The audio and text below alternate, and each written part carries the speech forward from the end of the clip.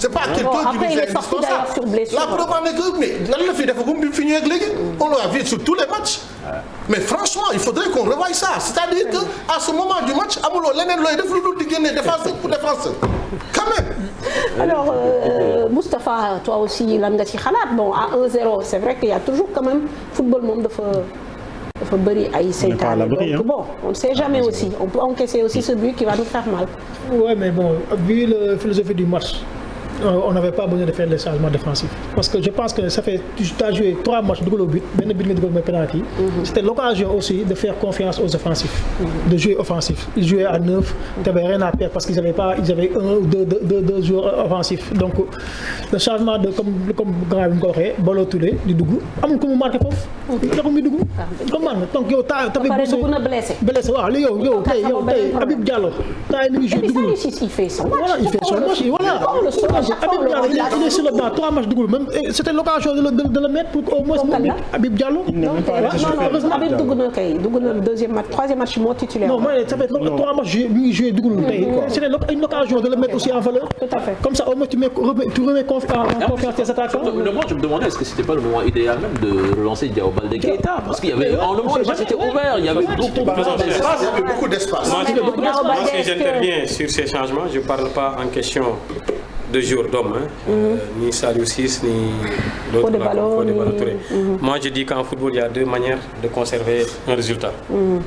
Soit tu gardes le ballon, tu joues, tu inquiètes l'adversaire. Toi tu te dis que mon latéral là, lui il est dans le match. Saliou Ciss par exemple, il va déborder, il va essayer de chercher 1 contre 1 pour centrer, donc il va laisser des espaces. Donc pourquoi ne pas le changer? C'est son option. Moi je me suis dit que à sa place peut-être je ferais pas ça. Je prends l'option de jouer avec des joueurs beaucoup plus offensifs pour conserver le résultat ou pour mettre un autre but.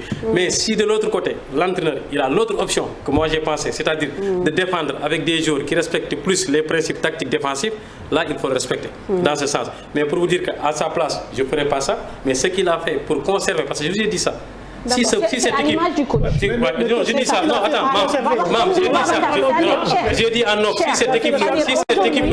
si cette équipe nous gagne à 9, ça sera très ridicule pour tout le Sénégal. Mais c'est pas possible. Non, mais pourquoi c'est pas possible? Pourquoi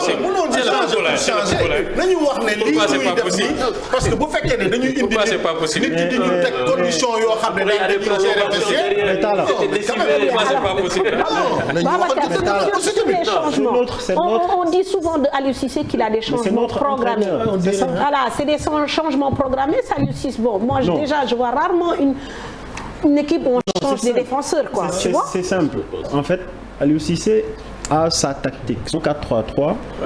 Non, il fait rentrer des joueurs qui vont appliquer ses principes et garder sa cage inviolée. Donc,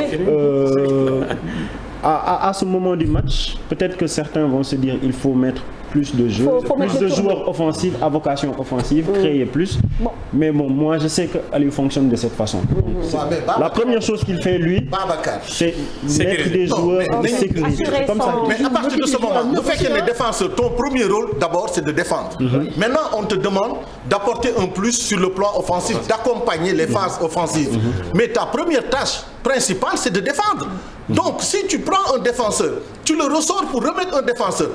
C'est à se poser la question, le défenseur, il a donné def. Non, il se dit peut-être qu'il a joué pendant 70 minutes. Ouais, il va mettre quelqu'un de plus frais. On cherche des automatismes entre les joueurs. Chaque entraîneur a sa façon de voir. Moi j'essaie de rentrer dans la tête d'Aliou Cissé, je sais qu'il fonctionne de cette façon. Ouais, comme Cher quoi. Ils essaient aussi de comprendre un peu la physionomie de Aliou Cissé. C'était pas le bon moment de faire des trucs comme ça. Parce que quand ton équipe, quand tu joues contre le Cap-Vert déjà à 11, c'était supérieur au Cap-Vert.